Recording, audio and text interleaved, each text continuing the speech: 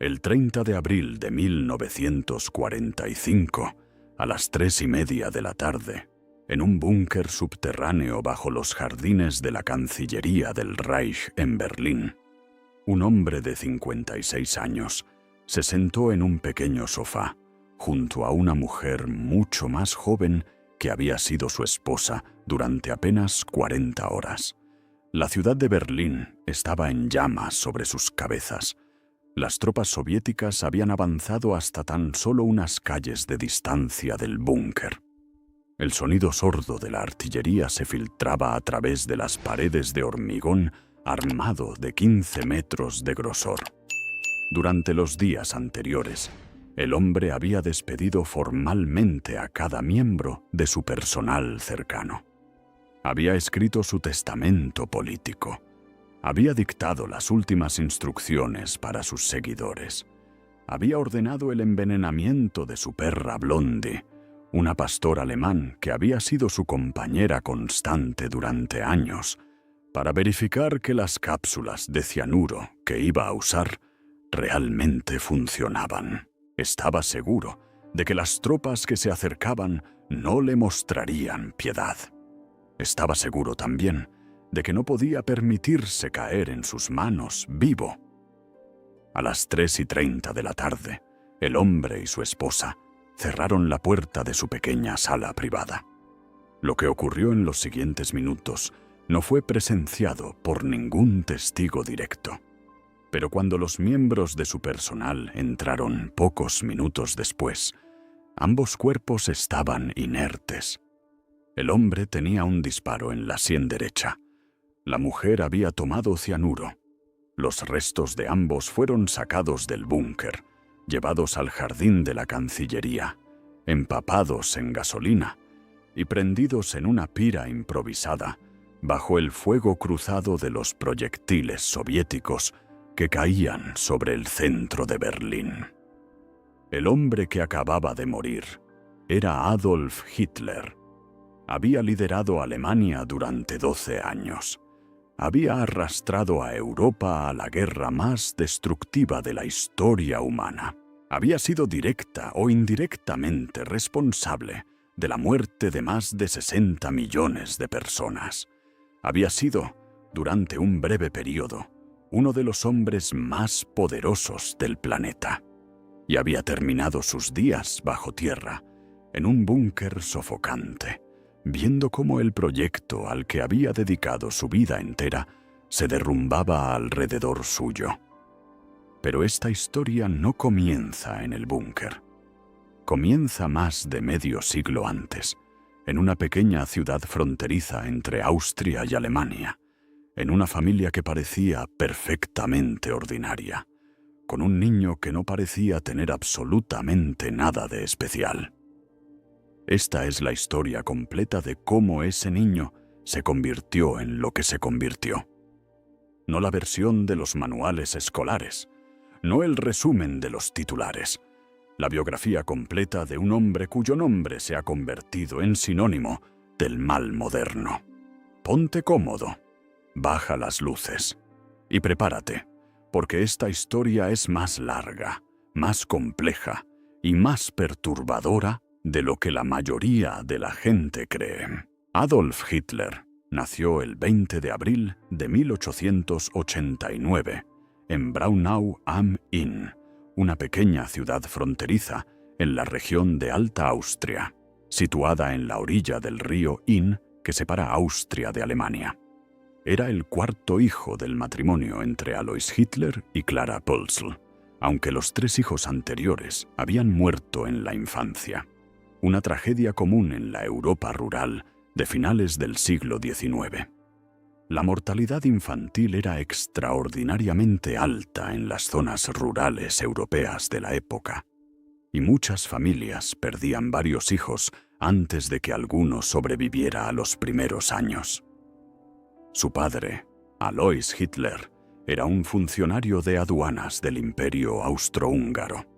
Era un hombre de origen humilde que había ascendido socialmente gracias a su disciplina y dedicación al servicio civil del imperio. Había nacido como Alois Schicklgruber En 1837, hijo ilegítimo de una mujer llamada María Schicklgruber. La identidad de su padre biológico nunca fue establecida con certeza, lo cual generaría décadas más tarde una intensa especulación histórica sobre los antepasados de Adolf. Algunos historiadores especularon durante años sobre la posibilidad de que el padre biológico de Alois hubiera sido judío, una teoría nunca probada, pero ampliamente difundida, que perseguiría a la propaganda nazi durante todo el régimen. A los 40 años, Alois había cambiado legalmente su apellido a Hitler, una variación del apellido de su padrastro, Johann Georg Hitler. Alois era un hombre estricto, autoritario, frecuentemente violento con sus hijos. Tenía un temperamento explosivo que se manifestaba especialmente cuando bebía, lo cual hacía con considerable regularidad. Pegaba a sus hijos con cinturones, con bastones, con cualquier objeto que tuviera a mano cuando se enfadaba. El joven Adolf, según testimonios posteriores que él mismo dio sobre su infancia, recibía palizas regulares, a veces hasta perder el conocimiento. Era un patrón de abuso doméstico que dejaría cicatrices psicológicas profundas y permanentes.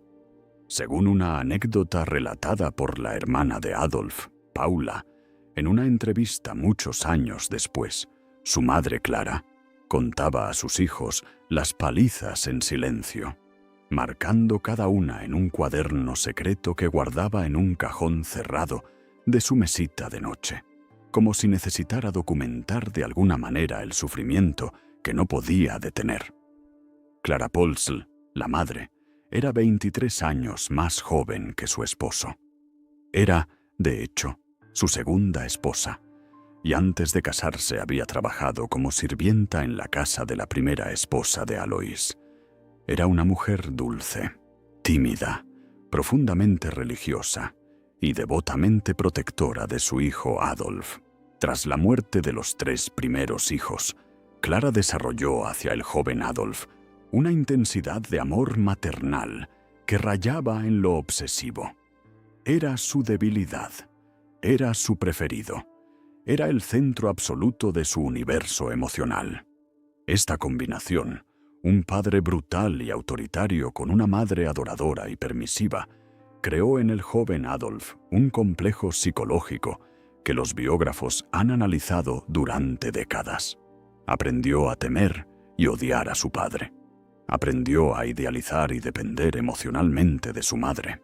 Y aprendió, sobre todo, una lección que aplicaría toda su vida. La fuerza bruta podía someter a otros, pero el cariño podía manipularlos. 2 formas diferentes de obtener obediencia. 2 herramientas que él mismo usaría más tarde con devastadora habilidad. En 1895, cuando Adolf tenía 6 años, Alois se jubiló del servicio aduanero. La familia se mudó a una granja cerca del pueblo de Hafeld, donde el padre intentó dedicarse a la agricultura. El experimento agrícola fue un fracaso. Alois no tenía las habilidades ni la paciencia para el trabajo rural.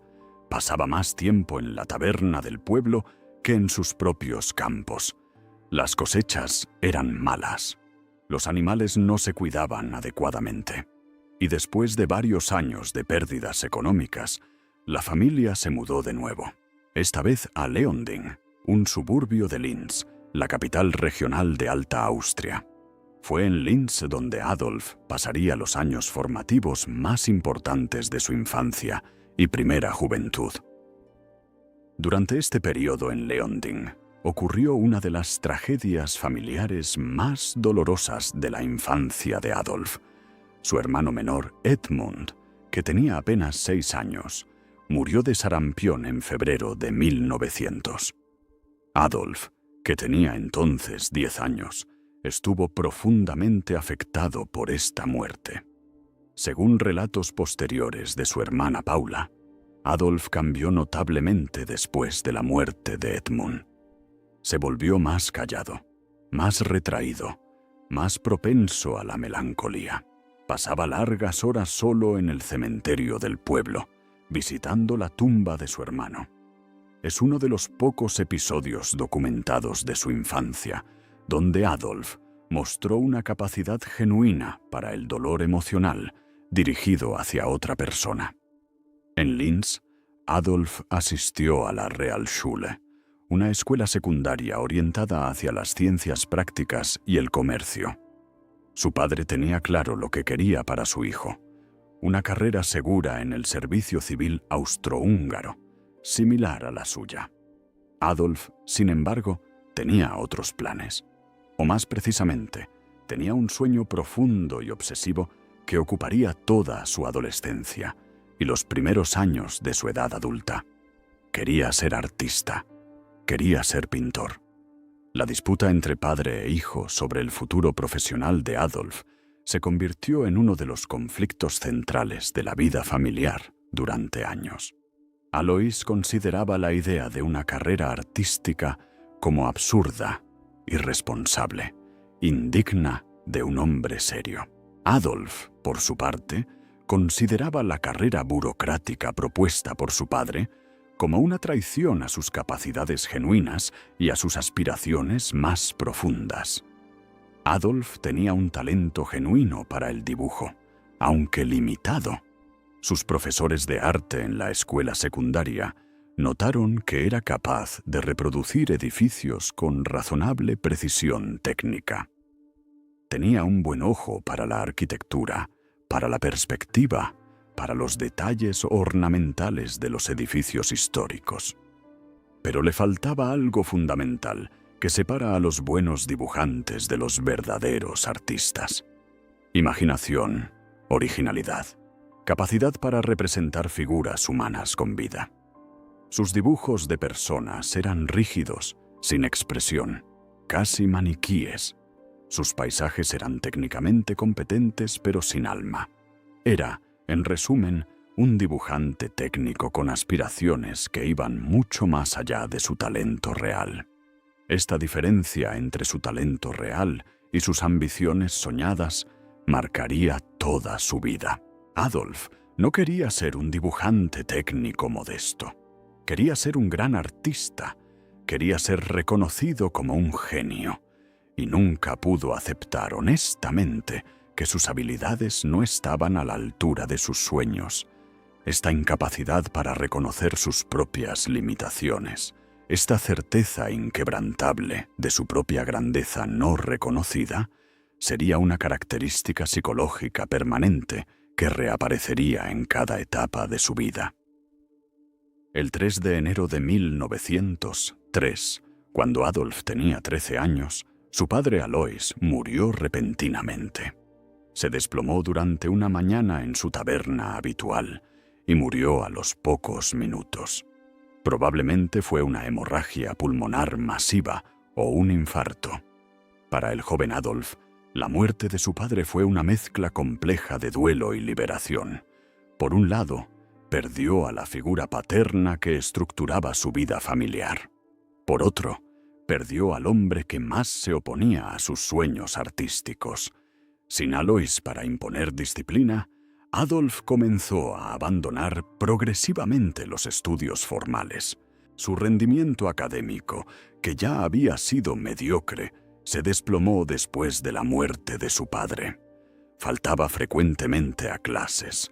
Su comportamiento se volvió cada vez más errático. En 1905, a los 16 años, abandonó la escuela secundaria sin terminar sus estudios. Nunca obtendría el certificado de educación secundaria que en la Austria de la época era esencial para cualquier carrera respetable. Era un fracaso académico que tendría consecuencias prácticas durante años.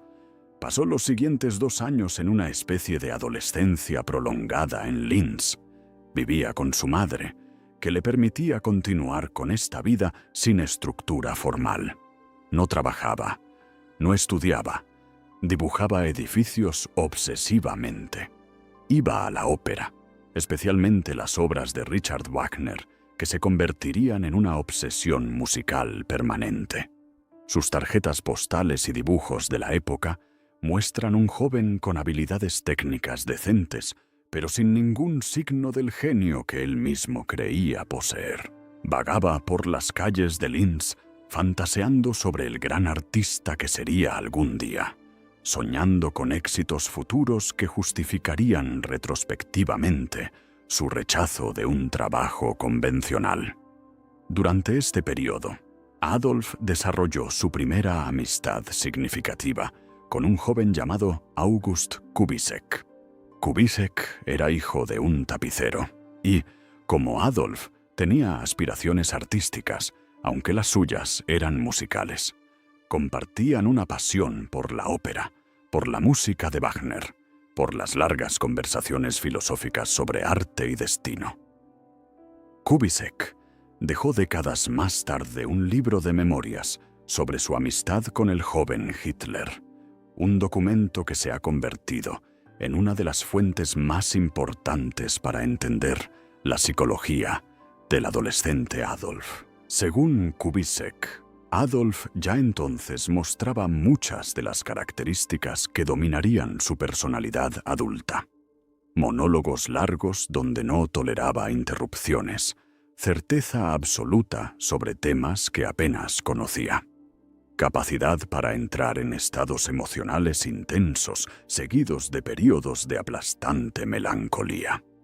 En 1907 decidió que era el momento de hacer realidad su sueño. Se mudó a Viena, la capital cultural del Imperio Austrohúngaro, una de las grandes capitales de Europa en aquel momento. Llevaba consigo una pequeña pensión que su madre le pagaba mensualmente y la cantidad modesta que le quedaba de la herencia paterna. Su objetivo era simple: presentarse a las pruebas de admisión de la Academia de Bellas Artes de Viena. Esperaba ser admitido sin dificultad. Estaba seguro de su talento. La Academia de Bellas Artes de Viena era una de las instituciones artísticas más prestigiosas de Europa. Cada año, cientos de jóvenes aspirantes se presentaban a sus exámenes de admisión. Solo unas pocas decenas eran admitidos. Adolf llegó a Viena en septiembre de 1907 confiado, casi arrogante. Presentó su carpeta con sus mejores dibujos arquitectónicos. Esperó el resultado con la confianza absoluta de quien jamás había contemplado la posibilidad del rechazo. Fue rechazado.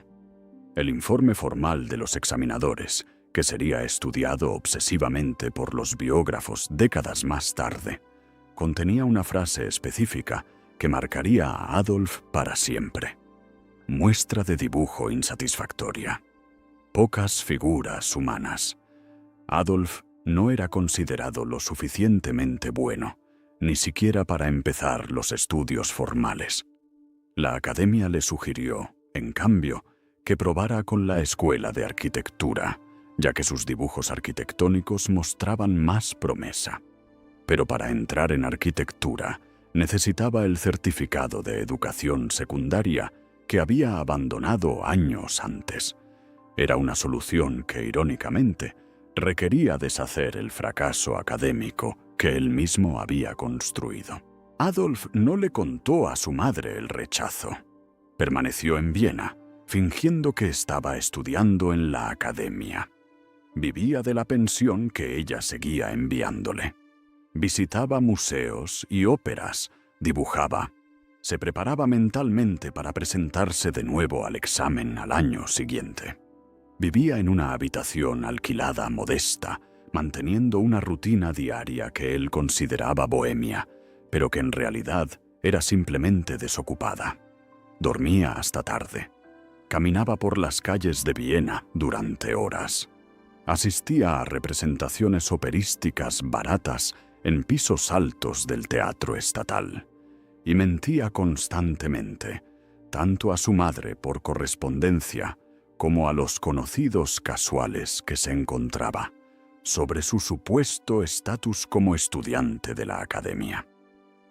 En diciembre de 1907, su madre Clara murió de cáncer de mama. Había estado enferma durante meses, sometiéndose a tratamientos primitivos y dolorosos administrados por un médico judío local, el doctor Edward Bloch. Adolf regresó a Linz para los últimos días de su madre y para el funeral. El golpe emocional fue devastador. Clara había sido el único punto de anclaje afectivo verdadero en la vida de Adolf. El doctor Bloch, que la había atendido en sus últimos meses, escribió años más tarde que nunca había visto a un joven tan destrozado por la muerte de su madre como Adolf Hitler. Adolf le agradeció efusivamente al doctor por sus servicios, una gratitud que años más tarde, durante el régimen nazi, se traduciría en protección personal para el doctor Bloch y su familia, permitiéndoles eventualmente emigrar a Estados Unidos cuando muchos otros judíos austriacos no pudieron escapar. En 1908, Adolf volvió a presentarse al examen de admisión de la Academia de Bellas Artes. Fue rechazado de nuevo. Esta vez, los examinadores ni siquiera le permitieron pasar a la segunda fase de las pruebas. Para Adolf, el rechazo fue catastrófico. Su sueño artístico estaba muerto, y con la muerte de su madre, también había perdido el apoyo emocional y económico que le permitía sostener su existencia en Viena. Los siguientes 5 años de la vida de Adolf Hitler, entre 1908 y 1913, son uno de los periodos más oscuros y mejor documentados de su biografía. Vivió en Viena en condiciones de pobreza extrema. Pasó de pensiones modestas a casas de hospedaje cada vez más baratas y eventualmente a un albergue para hombres sin hogar en el distrito de Meidling, donde compartía dormitorio con docenas de otros indigentes.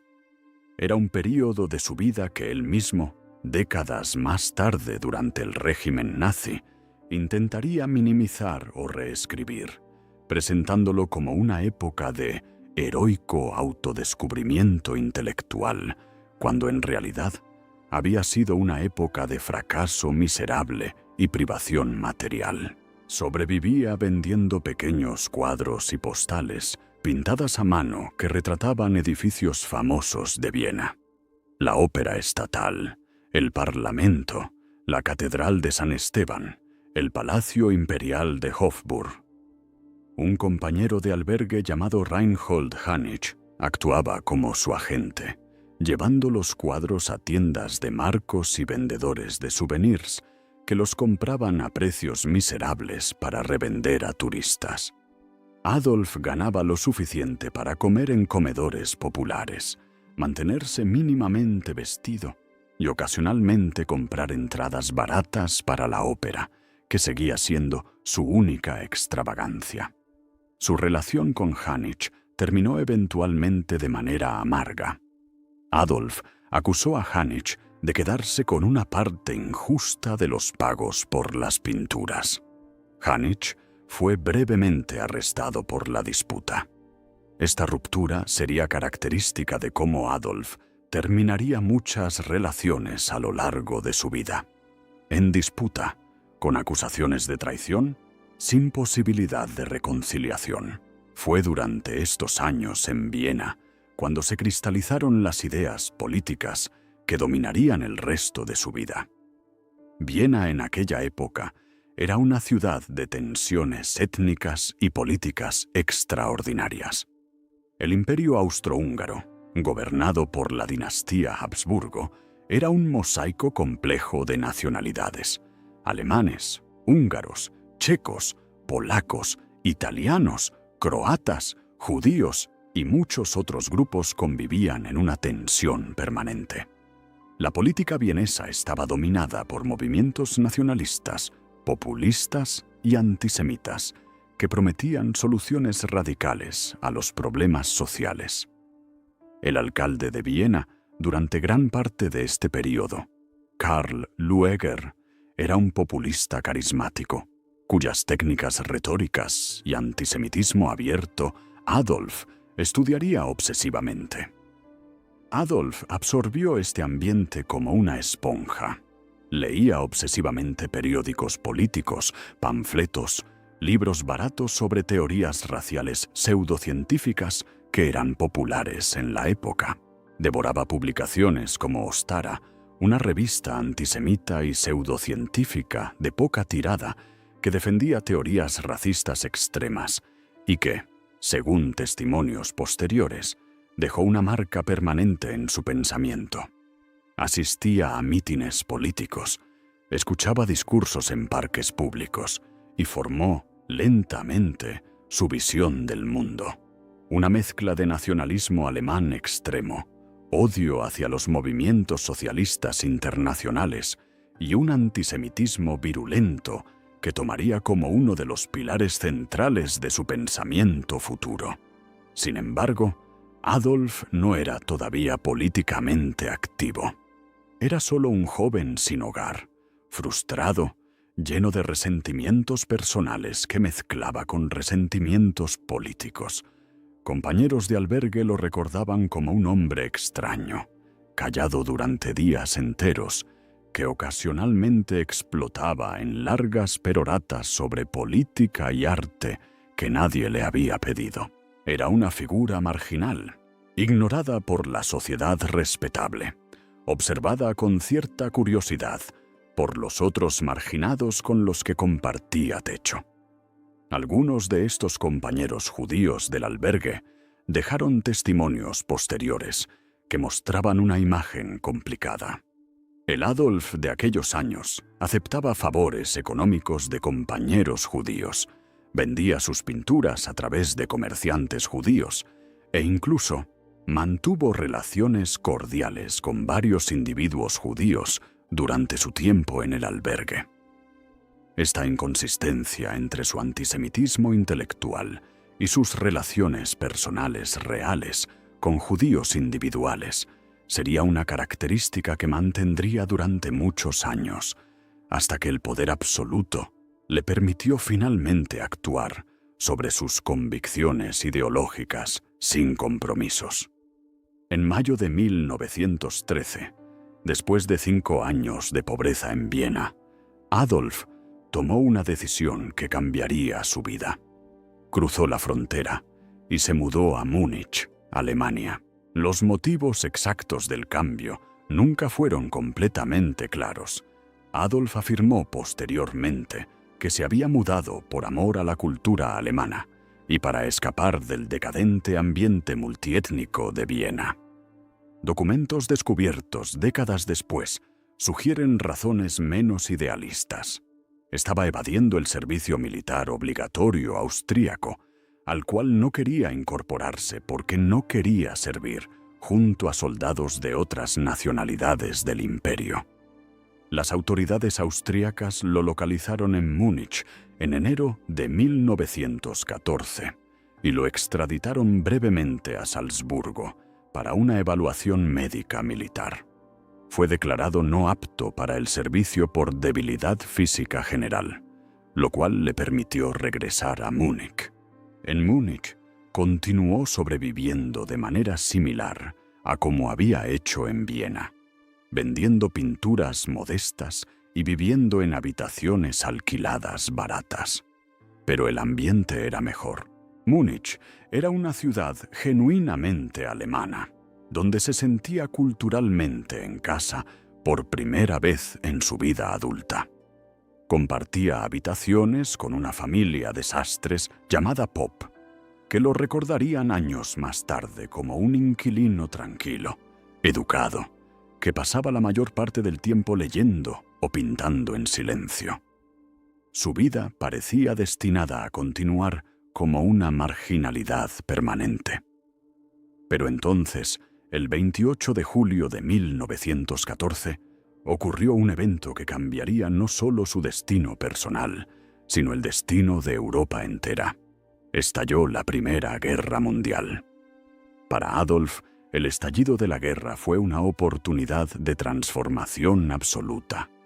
Existen fotografías de él entre la multitud en la Odeonsplatz de Múnich el 2 de agosto de 1914, cuando se anunció oficialmente la declaración de guerra de Alemania contra Rusia. Está allí, con su rostro vuelto hacia los oradores, con una expresión de éxtasis casi religioso, vitoreando con el resto de la multitud. La fotografía, descubierta y publicada décadas más tarde, se convertiría en uno de los documentos más extraños de su biografía. El momento exacto en que un joven sin futuro encontró el evento histórico que daría sentido a su existencia. Inmediatamente solicitó permiso para incorporarse al ejército alemán, aunque era ciudadano austríaco. El permiso le fue concedido, en parte debido a la confusión administrativa del momento y al deseo del ejército alemán de aceptar todos los voluntarios disponibles para la guerra que se anticipaba breve. Se alistó voluntariamente en el 16º Regimiento de Infantería de Reserva Bávaro, conocido informalmente como el Regimiento List, por el nombre de su primer comandante. Era octubre de 1914. Adolf tenía 25 años. Lo que siguió fue, paradójicamente, el período más feliz y formativo de la vida adulta de Adolf hasta ese momento. Después de un breve entrenamiento, fue enviado al Frente Occidental, a la región de Flandes, donde participó en algunas de las batallas más sangrientas de la Primera Guerra Mundial. Su primera batalla fue Ypres en octubre y noviembre de 1914, conocida como la Primera Batalla de Ypres, donde su regimiento sufrió bajas devastadoras. De los aproximadamente 3.000 soldados con los que el regimiento entró en combate, solo 600 sobrevivieron sin heridas. Adolf fue uno de ellos. Sirvió como mensajero del regimiento, llevando órdenes entre los oficiales en la retaguardia y los soldados en las trincheras de primera línea. Era un trabajo extraordinariamente peligroso, ya que requería cruzar tierra de nadie regularmente bajo fuego enemigo. La tasa de mortalidad entre los mensajeros era altísima, pero Adolf, según testimonios de sus compañeros de regimiento, parecía tener una capacidad sobrenatural para evitar las balas. En múltiples ocasiones, sobrevivió a situaciones donde otros mensajeros murieron a su lado. Sus compañeros desarrollaron una superstición sobre él. Lo llamaban el mensajero de la suerte, alguien cuya presencia parecía proteger a los demás de la muerte cercana. Adolf desempeñó su trabajo con una dedicación y valentía que sorprendió a sus oficiales. Recibió la Cruz de Hierro de segunda clase en diciembre de 1914, una distinción inusual para un soldado raso recién incorporado. Recibió la Cruz de Hierro de primera clase en agosto de 1918, una distinción extraordinariamente inusual para un soldado raso. Su superior, el teniente Hugo Gutmann, que era judío, fue quien lo recomendó para esta segunda condecoración, un dato histórico que Adolf intentaría minimizar durante el resto de su vida. La ironía de que su mayor condecoración militar le hubiera sido otorgada por recomendación de un oficial judío era exactamente el tipo de detalle que la propaganda nazi posterior tenía que silenciar. Durante los 4 años de guerra, Adolf fue herido 2 veces. La primera vez en la batalla del Somme, en octubre de 1916, fue alcanzado por metralla en el muslo. Pasó 2 meses en un hospital militar antes de regresar al frente. La segunda vez, en octubre de 1918, apenas unas semanas antes del final de la guerra, fue temporalmente cegado por gas mostaza durante un ataque químico británico. Fue evacuado a un hospital militar en Pasewalk, en el norte de Alemania, donde se recuperaba cuando llegó la noticia del armisticio. La rendición de Alemania el 11 de noviembre de 1918 fue, para Adolf, una catástrofe personal que rivalizó con cualquier trauma que hubiera experimentado anteriormente. Él, como muchos otros soldados alemanes, estaba absolutamente convencido de que Alemania no había sido derrotada militarmente. El ejército alemán seguía técnicamente en territorio enemigo en el momento del armisticio. ¿Cómo era posible que Alemania hubiera perdido la guerra? La respuesta que Adolf y otros formularon, una respuesta que se convertiría en uno de los mitos políticos más destructivos del siglo XX, era la llamada puñalada por la espalda. Según esta narrativa, el ejército alemán no había sido vencido en el campo de batalla. Había sido traicionado por civiles incompetentes y conspiradores internos, particularmente por socialistas, comunistas y judíos, que habían provocado revueltas en la retaguardia y obligado al gobierno a firmar un armisticio innecesario y vergonzoso. Esta narrativa era históricamente falsa. El ejército alemán había sido derrotado militarmente. Los suministros se habían agotado. Las tropas estaban exhaustas. El alto mando alemán había informado al Kaiser de que la victoria era imposible y que un armisticio inmediato era esencial para evitar el colapso total. Pero la verdad histórica no importaba en el ambiente emocional de la Alemania de posguerra. Lo que importaba era la narrativa emocional. Y la narrativa emocional culpaba a enemigos internos de la derrota de Alemania. Adolf Hitler, despertando ciego en su hospital militar y enterándose simultáneamente del armisticio y de la abdicación del Kaiser, decidió en ese momento, según escribiría más tarde, que dedicaría el resto de su vida a una sola tarea: vengarse de quienes él consideraba responsables de la derrota alemana y restaurar a Alemania a una posición de gloria nacional. Recuperó parcialmente la vista en las semanas siguientes, aunque algunos médicos posteriores sospecharon que la ceguera había tenido un componente psicológico más que estrictamente físico, una reacción histérica a las noticias del armisticio. Después de la guerra, Adolf regresó a Múnich, una ciudad sumida en el caos político de la Alemania de posguerra. Múnich había sido brevemente capital de una efímera república soviética, bávara, en 1919, antes de ser violentamente reprimida por tropas federales y por unidades paramilitares conocidas como Freikorps. La ciudad estaba llena de soldados desmovilizados, paramilitares de derecha e izquierda, agitadores políticos de todo tipo. Era un caldo de cultivo perfecto para la radicalización política. Adolf, que seguía en el ejército como soldado del Reichswehr, en una unidad especial dedicada a vigilar movimientos políticos sospechosos, fue enviado en septiembre de 1919 a investigar un pequeño grupo político llamado Partido Obrero Alemán. Era una organización marginal, con apenas algunas docenas de miembros activos, fundada por un mecánico ferroviario llamado Anton Drexler. Adolf asistió a una reunión en una cervecería para observar y reportar. Durante la reunión, un orador hizo comentarios sobre el separatismo bávaro que Adolf encontró ofensivos para su nacionalismo pan-alemán. Pidió la palabra. Habló con una intensidad que sorprendió a los miembros del partido presentes. Su elocuencia natural, oculta durante años bajo capas de marginalidad y resentimiento, finalmente encontró un escenario y un público.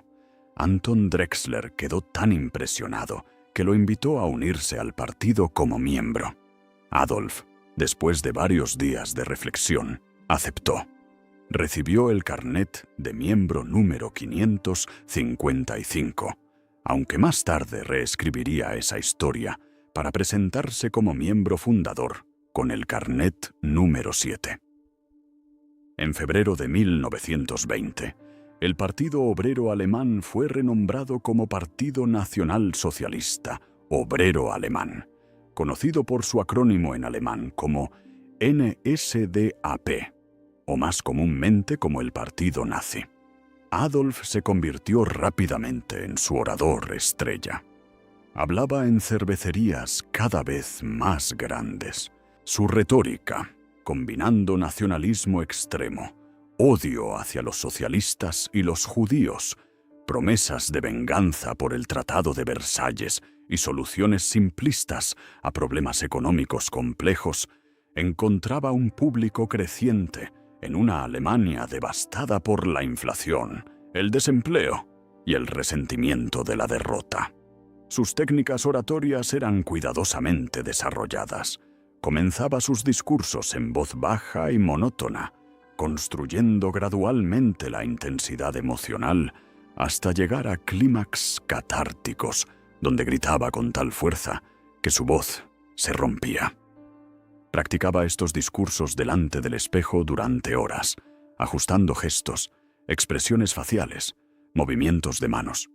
Su fotógrafo personal, Heinrich Hoffmann, documentó muchas de estas poses de ensayo en fotografías que Adolf intentó destruir más tarde por considerarlas humillantes.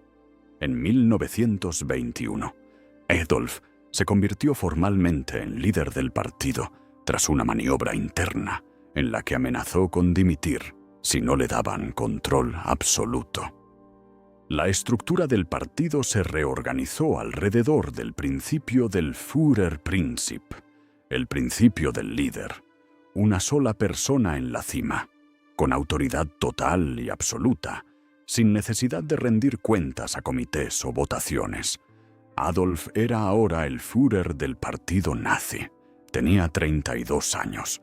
El 8 de noviembre de 1923, Adolf intentó dar un golpe de Estado.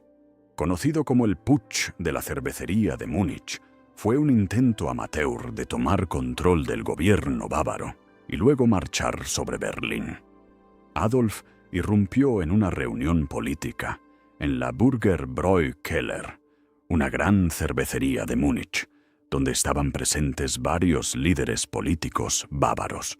Disparó al techo con una pistola para llamar la atención y declaró que la revolución nacional había comenzado.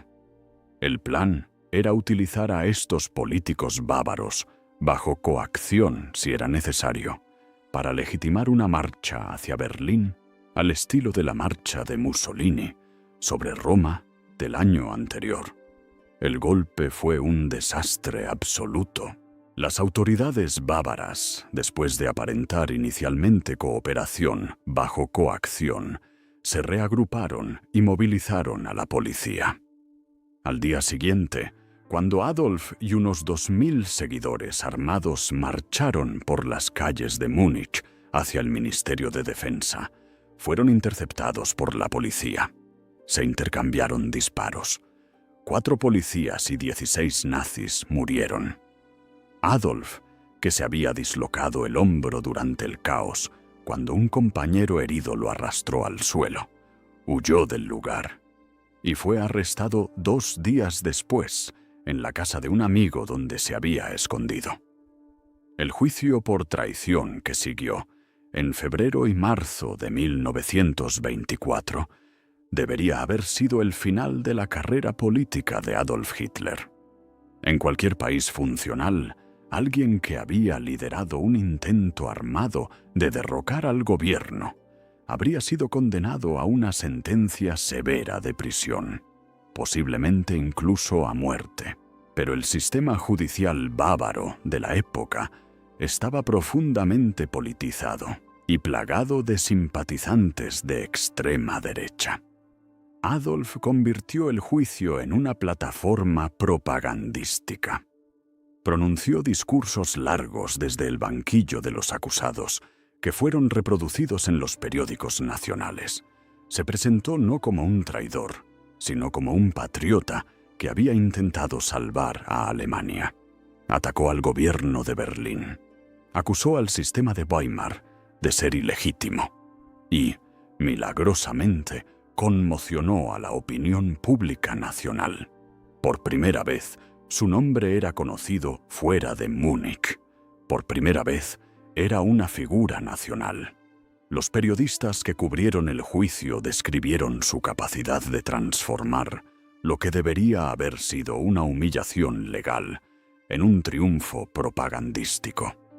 El juez principal, simpatizante secreto del movimiento nacionalista, le permitió hablar durante horas sin interrupciones. Fue condenado a 5 años de prisión, la sentencia mínima posible para traición. Sirvió únicamente 8 meses, en condiciones extraordinariamente cómodas en la prisión de Landsberg. Tenía una celda amplia con vista al jardín. Recibía visitas regulares. Podía recibir libros y materiales de escritura. Los otros prisioneros le mostraban respeto. Los guardias eran corteses con él. Recibía paquetes regulares con regalos enviados por simpatizantes nazis de toda Alemania.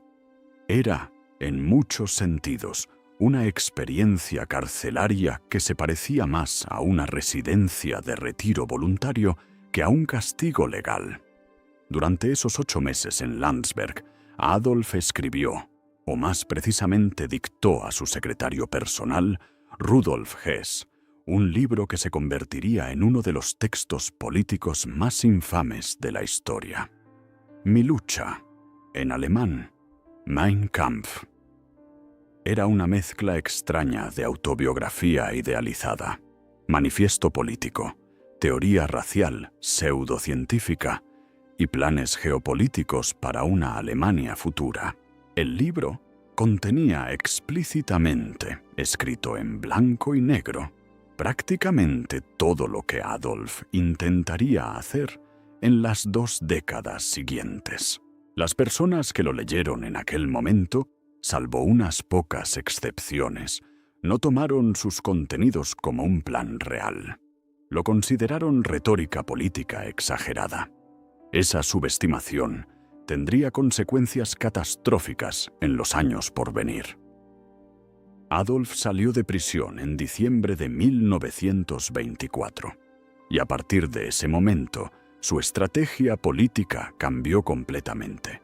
Ya no intentaría tomar el poder mediante golpes armados, lo tomaría legalmente, a través de elecciones democráticas, utilizando las propias instituciones del sistema, que despreciaba para destruirlo desde adentro. Era una estrategia de paciencia que requería años de construcción organizativa, refinamiento retórico y espera de las condiciones políticas adecuadas. Los siguientes años fueron de lenta reconstrucción del partido nazi, que había sido prohibido durante la prisión de Adolf y luego legalizado de nuevo. El partido se expandió por Alemania, organizándose en cada región, infiltrándose en sindicatos, asociaciones de veteranos, organizaciones juveniles. Adolf perfeccionó sus técnicas oratorias, sus apariciones públicas, su control sobre los miembros del partido. Cultivó cuidadosamente su imagen pública, creando lo que los biógrafos posteriores llamarían el mito del Führer, una figura mesiánica destinada a salvar a Alemania, dotada de capacidades casi sobrenaturales, infalible en sus juicios. Pero el verdadero punto de inflexión llegó en octubre de 1929, con el colapso de la Bolsa de Nueva York y el inicio de la Gran Depresión. Alemania, cuya economía dependía pesadamente de préstamos estadounidenses, se hundió en una crisis económica de proporciones catastróficas. El desempleo se disparó, alcanzando aproximadamente 6 millones de personas para 1932. Es decir, alrededor del 30% de la fuerza laboral. Los bancos quebraron. Millones de alemanes perdieron sus ahorros y sus medios de vida. Las familias de clase media, que habían sido modelos de estabilidad burguesa, se encontraron repentinamente vendiendo muebles para comprar pan. Y en ese contexto de desesperación social, el mensaje radical de Adolf, con sus promesas de soluciones drásticas y su identificación clara de enemigos a quienes culpar, encontró súbitamente una audiencia masiva. En las elecciones de septiembre de 1930, el partido nazi pasó de tener 12 escaños en el Reichstag a tener 107. Era un salto político sin precedentes en la historia alemana moderna. En las elecciones de julio de 1932, llegó a 230 escaños, convirtiéndose en el partido más grande de Alemania. Después de meses de negociaciones, intrigas y juegos políticos entre los conservadores tradicionales que pensaban que podían utilizar y controlar a Adolf, el presidente Paul von Hindenburg, anciano y manipulado por consejeros que creían poder controlar al Führer, lo nombró canciller de Alemania el 30 de enero de 1933. Adolf Hitler tenía 43 años. El pintor fracasado de Viena, el soldado raso de la Primera Guerra Mundial, el agitador marginal de Múnich, era ahora el jefe del gobierno de una de las naciones más poderosas de Europa. Lo que siguió durante los 12 años, entre 1933 y 1945, ha sido documentado exhaustivamente. La consolidación rápida del poder a través del decreto del incendio del Reichstag en febrero de 1933 y la ley habilitante en marzo del mismo año. La eliminación sistemática de la oposición política y la prohibición de todos los demás partidos. La purga sangrienta de sus propios rivales dentro del partido, en la conocida como Noche de los Cuchillos Largos, en junio de 1934. El rearme militar acelerado en violación del Tratado de Versalles. La anexión de Austria en marzo de 1938 y la incorporación de los Sudetes checos en septiembre del mismo año, tras los acuerdos de Múnich. La invasión de Checoslovaquia en marzo de 1939 y la invasión de Polonia en septiembre del mismo año, esta última desencadenando la Segunda Guerra Mundial. Las conquistas iniciales asombrosas durante 1939, 1940 y la primera mitad de 1941. Dinamarca, Noruega, Países Bajos, Bélgica, Luxemburgo, Francia, Yugoslavia, Grecia. Y luego la catástrofe militar irreversible tras la invasión de la Unión Soviética en junio de 1941, conocida como la Operación Barbarroja, que pronto se reveló como un error estratégico colosal del que Alemania nunca se recuperaría. La declaración de guerra contra Estados Unidos en diciembre de 1941 tras el ataque japonés a Pearl Harbor, otra decisión que aceleró el destino fatal del régimen. Los detalles militares y políticos de esos 12 años están en miles de libros, documentales y archivos históricos. Lo que nos interesa para esta biografía es el hombre detrás de la maquinaria política y militar. ¿Cómo era Adolf Hitler en su vida personal durante esos años de poder absoluto? Era un hombre obsesivamente disciplinado en algunas áreas y completamente caótico en otras. Era vegetariano estricto, no bebía alcohol prácticamente nunca, no fumaba y prohibía fumar en su presencia.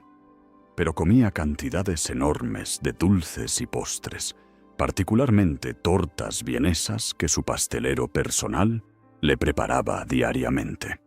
Tenía una obsesión particular con un postre llamado strudel de manzana, que recordaba de su infancia.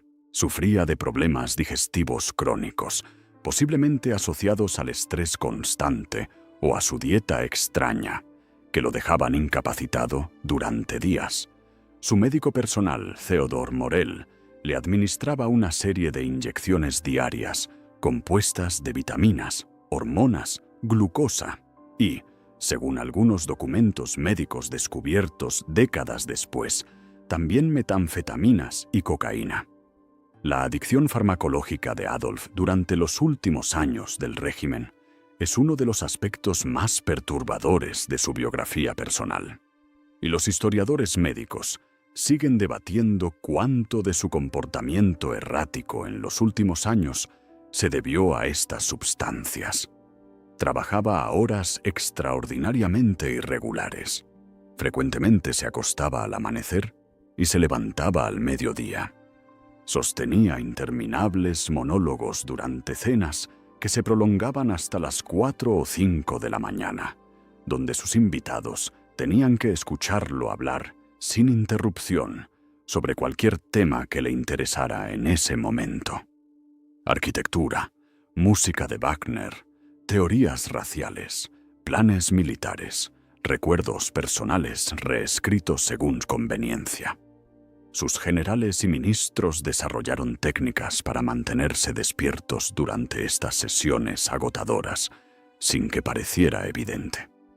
Algunos llegaron a tomar estimulantes recetados por sus propios médicos para sobrevivir a estas maratones nocturnas. Su relación con Eva Braun, su pareja durante los últimos 14 años de su vida, era extraña y compartimentada. Eva era una joven que había trabajado como asistente de su fotógrafo personal, Heinrich Hoffmann. La conoció cuando ella tenía 17 años y él 40. Mantuvieron una relación casi clandestina durante años. Eva vivía en el Berghof, la residencia alpina de Adolf en Berchtesgaden, pero su existencia era cuidadosamente ocultada del público alemán. Las fotografías oficiales nunca la mostraban. Los políticos extranjeros que visitaban al Führer nunca eran presentados a ella. Era una existencia paralela, una mujer mantenida en una jaula dorada, a quien Adolf parecía considerar más como una posesión decorativa que como una compañera emocional genuina. Solo se casaron formalmente 40 horas antes de su suicidio conjunto en el búnker, en lo que muchos historiadores han interpretado como un gesto retroactivo de reconocimiento ante la inminencia de la muerte. Adolf era, en sus relaciones personales, un hombre incapaz de verdadera intimidad emocional. Sus colaboradores cercanos lo describían como alguien que podía proyectar calidez y carisma cuando le convenía, pero que en realidad mantenía a todos a distancia. No tenía amigos verdaderos en el sentido convencional. Tenía colaboradores leales, admiradores fanáticos y subordinados temerosos. Su único vínculo emocional genuino, documentado, además del extraño y limitado con Eva Braun, era con su perra Blondie, una pastor alemán que recibió como regalo en 1941 de Martin Bormann. Pasaba horas con Blondie, le enseñaba trucos elaborados, dormía con ella en su habitación durante los últimos años de la guerra. La perra era, según testimonios de su personal, la única criatura viviente hacia la que mostraba afecto sin restricciones ni cálculos.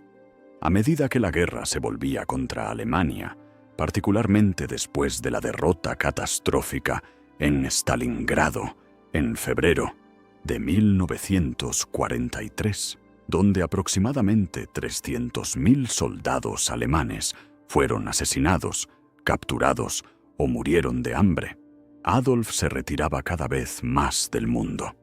Pasaba semanas enteras en su cuartel general militar, conocido como la Guarida del Lobo, en Prusia Oriental, ubicado en bosques densos que ahora forman parte de Polonia. Estudiaba mapas militares durante horas, Daba órdenes irrealizables a sus generales. Se negaba a aceptar realidades estratégicas que sus subordinados intentaban explicarle, muchas veces despidiendo o castigando a aquellos que se atrevían a entregarle malas noticias. El 20 de julio de 1944, un grupo de oficiales militares alemanes liderados por el coronel Klaus von Stauffenberg intentó asesinarlo con una bomba en una conferencia militar en la guarida del lobo. Adolf sobrevivió por casualidad. La bomba explotó, pero un soporte de mesa pesado lo protegió del impacto. Solo sufrió heridas menores, principalmente perforación en los tímpanos y quemaduras superficiales en las piernas, pero el atentado lo marcó profundamente psicológicamente. Se volvió aún más paranoico, aún más desconfiado, aún más aislado. Ordenó una purga masiva del ejército que resultó en la ejecución de aproximadamente 5.000 oficiales y civiles asociados con la conspiración. Stauffenberg fue ejecutado por fusilamiento el mismo día. Para principios de 1945, era evidente para cualquier observador racional que Alemania había perdido la guerra. Los ejércitos soviéticos avanzaban inexorablemente desde el este. Los aliados occidentales habían cruzado el Rin y avanzaban desde el oeste. Las ciudades alemanas eran bombardeadas hasta quedar en ruinas. Dresde fue destruida en febrero de 1945 en uno de los bombardeos más controvertidos de la guerra, con decenas de miles de civiles muertos en una sola noche. Pero Adolf se negaba a aceptar la realidad. Daba órdenes a divisiones militares que ya no existían. Planificaba contraataques con unidades que estaban destruidas. Su agarre sobre la realidad se desintegraba, mientras los recursos físicos de Alemania se agotaban. El 16 de enero de 1945, Adolf se mudó por última vez al Führerbunker, el complejo subterráneo bajo los jardines de la Cancillería del Reich, en el centro de Berlín. Era un laberinto de habitaciones pequeñas a 15 metros bajo tierra, con paredes de hormigón armado, ventiladores ruidosos y un ambiente de claustrofobia constante. El búnker estaba dividido en dos niveles. El nivel superior, conocido como el Vorbunker, contenía cocinas, dormitorios para personal de servicio y áreas comunes. El nivel inferior, donde Adolf vivía sus últimas semanas, contenía sus aposentos privados, una pequeña sala de mapas para conferencias militares, oficinas para sus colaboradores más cercanos y un generador de emergencia. Allí pasaría los últimos 100 días de su vida. Sus últimos meses fueron una mezcla extraña de actividad frenética y resignación total. Recibía a sus generales con planes militares cada vez más fantasiosos, ordenándoles que utilizaran ejércitos que existían solo en los mapas, pero no en la realidad. Celebraba reuniones de personal con el mapa militar, como si Alemania aún tuviera capacidad ofensiva. Pero también, en momentos privados, hablaba con sus colaboradores cercanos sobre el suicidio como su única opción aceptable. No permitiría que lo capturaran vivo. No daría a sus enemigos la satisfacción de un juicio público. Su comportamiento físico se deterioró visiblemente durante esos últimos meses. Los testigos describen a un hombre encorvado, con temblores constantes en la mano izquierda, con la piel pálida casi transparente por la falta de luz solar. Algunos historiadores médicos han especulado que estaba sufriendo síntomas tempranos de la enfermedad de Parkinson, aunque otros atribuyen los temblores a su consumo prolongado de medicamentos administrados por el Dr. Morell. El 29 de abril de 1945, en una pequeña ceremonia en el búnker oficiada por un funcionario civil llamado Walter Wagner. Adolf se casó con Eva Braun. Ella tenía 33 años. Él tenía 56. Solo unas pocas personas asistieron como testigos, principalmente Joseph Goebbels y Martin Bormann. La ceremonia duró apenas unos minutos. Esa misma noche dictó su testamento político, en el que culpaba al judaísmo internacional por la guerra que él mismo había iniciado, y nombraba al almirante Karl Donitz como su sucesor. Al día siguiente, el 30 de abril de 1945, a las 3:30 de la tarde, Adolf y Eva entraron en la sala privada del búnker. Lo que ocurrió en los minutos siguientes no fue presenciado directamente por ningún testigo. Cuando los miembros del personal entraron poco después, encontraron a Adolf muerto con un disparo en la sien derecha y a Eva muerta por envenenamiento con cianuro. Los cuerpos fueron envueltos en sábanas, sacados del búnker, empapados con gasolina y prendidos en una pira en el jardín de la Cancillería, mientras los proyectiles soviéticos seguían cayendo sobre Berlín. Los restos parcialmente carbonizados fueron eventualmente encontrados por las tropas soviéticas que llegaron al búnker pocos días después, y sus identidades fueron confirmadas a través de registros dentales. Una semana después de su muerte, el 8 de mayo de 1945, Alemania se rindió incondicionalmente. La guerra europea había terminado. El experimento nazi había terminado. Y el hombre que había llevado a Alemania a aquella catástrofe había escapado de la justicia humana mediante el último acto de una vida que muchos historiadores han caracterizado como una sucesión de evasiones de la responsabilidad. El suicidio en un búnker subterráneo, cuando todo lo que había construido se desmoronaba. Adolf Hitler vivió 56 años.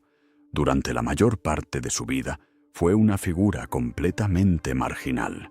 Un niño golpeado en Austria, un adolescente fracasado en la escuela, un joven sin hogar en Viena, un soldado raso en una guerra perdida. Solo durante los últimos 25 años de su existencia se convirtió en el hombre cuyo nombre cambió el siglo XX. La pregunta que los historiadores se han hecho durante décadas es: ¿cómo es posible que un individuo tan aparentemente común llegara a tener tanto poder y causara tanta destrucción? Las respuestas son múltiples y se entrelazan. El contexto histórico específico de la Alemania de los años 20 y 30, el trauma colectivo de la Primera Guerra Mundial y el Tratado de Versalles, la devastación económica de la Gran Depresión, la debilidad estructural de las instituciones democráticas alemanas, la incompetencia y arrogancia de las élites tradicionales que pensaron que podían controlar a Hitler, la capacidad de Adolf para captar y articular los resentimientos y frustraciones de millones de personas. Pero también hay algo más profundo en su historia, algo que va más allá del contexto histórico específico. Adolf Hitler demostró una verdad incómoda sobre la naturaleza humana. Demostró que individuos profundamente dañados, llenos de resentimiento personal, con habilidades de manipulación emocional, pueden encontrar audiencias dispuestas a seguirlos cuando las circunstancias sociales son lo suficientemente desesperadas.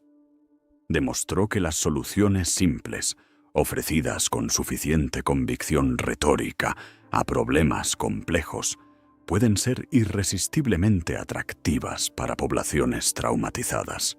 Y demostró que las democracias, sin las debidas salvaguardas y sin ciudadanos comprometidos con sus valores, pueden destruirse a sí mismas legalmente, desde adentro, usando sus propias instituciones contra sí mismas. Su legado es, en última instancia, Una advertencia permanente. Una advertencia sobre lo que puede ocurrir cuando una sociedad pierde el rumbo moral, cuando los demagogos encuentran audiencias dispuestas, cuando las instituciones democráticas no son defendidas activamente por ciudadanos vigilantes. Adolf Hitler no fue un accidente histórico inevitable. Fue el resultado de decisiones humanas específicas tomadas por millones de personas durante años. Y eso es lo que lo hace más perturbador que cualquier monstruo mitológico. Fue completamente humano, y los seres humanos, en circunstancias similares, podrían producirlo otra vez. La historia no garantiza que las lecciones del pasado se aprendan. Solo las personas conscientes pueden hacer ese trabajo, generación tras generación, vigilando los signos tempranos de los procesos sociales y políticos que una vez produjeron a este hombre y deteniéndolos antes de que produzcan a otro. Gracias por escuchar. Si sigues despierto, espero que esta historia te haya dado algo en lo que pensar mientras cierras los ojos. Y si ya te has quedado dormido, entonces este documental ha cumplido exactamente con su propósito. En cualquier caso, buenas noches.